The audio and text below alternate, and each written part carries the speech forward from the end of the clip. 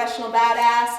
Thank you so much for watching and welcome to your May 2020 Badass Skill of the Month. This month we're learning double figure eights in all sorts of directions.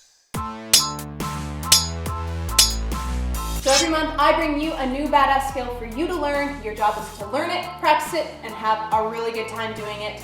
I'm super excited to share all these skills with you, so let's get started. Before we go anywhere, please make sure you hit that subscribe and little bell icon down below so that you don't miss out on any of these brand new skills that I'm bringing to you each and every month.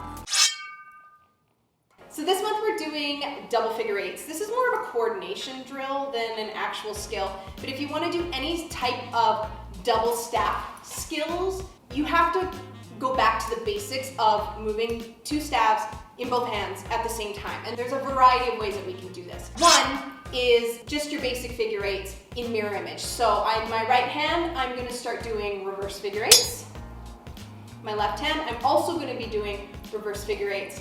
And then we're gonna do them at the exact same time. So they're both gonna be in the front plane and the back plane, doing loop at the front, loop at the back. This is probably the simplest way to move two staves around. Easy to get a little off track because you are using both sides of your brain, but just make sure that you're going slow. And if you need to, what I suggest doing is starting with the hand you like the least. In most people's cases, it's the left hand. Start your reverse figure eights. Get that going. And then when you're feeling good about that and your brain sort of understood what's happening, then you can start your right hand at the same time. And just remember, when you're going mirror image, they're gonna be in the same plane at the same time. So meaning they're both in the front, they're both in the back. So that's double reverse figure eight in mirror image, meaning that the circles are mirroring each other. So they're actually going two different directions, but you're doing the same skill, so it makes it a little bit easier. You can do the same thing in forward figure eights, and the same principles apply. So my forward figure eights in my right hand, it means the top end is going away from me. Forward figure eights in my left hand, top end goes away. Then you do them together, they're both moving same plane, both in the front, both in the back at the same time. So those are mirror image double figure eights. It's really important that you break these skills into one hand at a time. So if you at all have to be thinking about what one hand is doing, you're not quite ready for the double skill because it does require both sides of your brains to be flashing at the same time.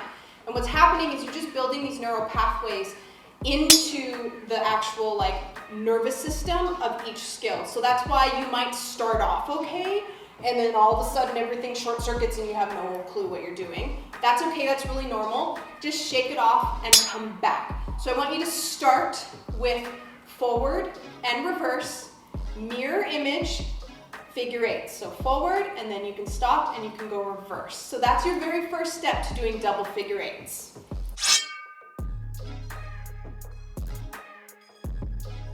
So the next step is where it gets a little tricky, and this is where coordination comes into play here. And this is probably the most important double staff skill you could learn if you want to build a strong technical foundation.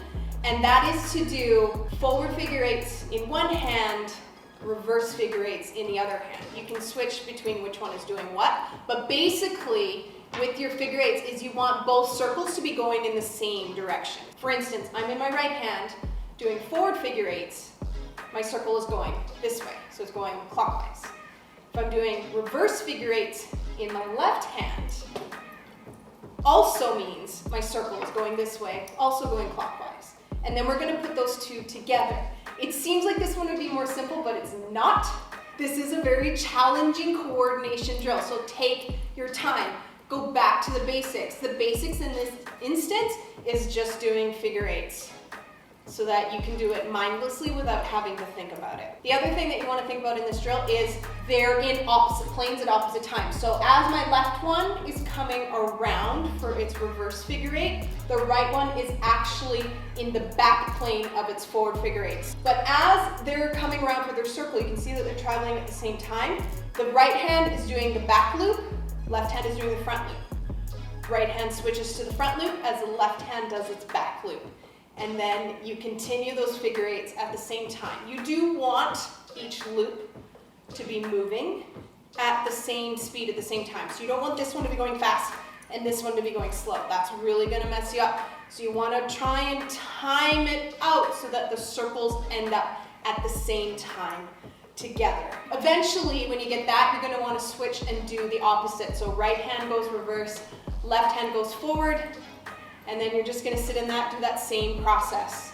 And that is it. If you can do this, you have mastered one of the most basic technical double stack foundations, and everything you learn from there with 2 sticks or 2 stabs or 2 swords is gonna be so much easier because you've built that coordination and that dexterity and that ambidexterity, which is so important.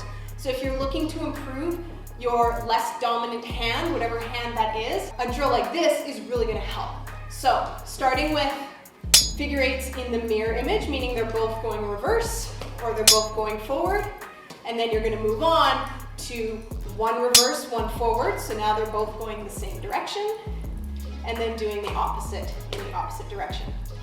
So that's it for double figure eights. Good luck out there, and I wish you the best. The key to mastery with these staff spinning skills is repetition. So what I want you to do over the course of the month is try to your best to do 1,000 reps. Hey everyone, I just wanted to pause the video to tell you why I want you to do 1,000 reps. Now it's common knowledge that 10,000 or more reps is gonna create something close to mastery, maybe not quite. 1,000 reps is going to be enough for you to download and comprehend the skill, and then also give you something to practice and work for on the other end of it. It's easier than you think to do 1,000 reps. You just break it down into little micro steps, and that will be enough to get it done throughout the month. And then you have the skill. You won't have to learn it again, but then you still have something to work on the other end of it. Thanks again for watching. Please remember to hit that subscribe button and follow me on all the social platforms so you don't miss out on any of the cool stuff that I'm posting. And I love hearing from you, so please make sure you leave me a comment and hit that like button down below. Also, I love seeing your progress, so please make sure that you're sharing it with me. Use these hashtags that I have up here, and I would love to see what you're creating. So that's it for this video. I'll see you next month. Bye. Shit. Can you see both of them in the frame? Sorry, do that whole thing again? Yes.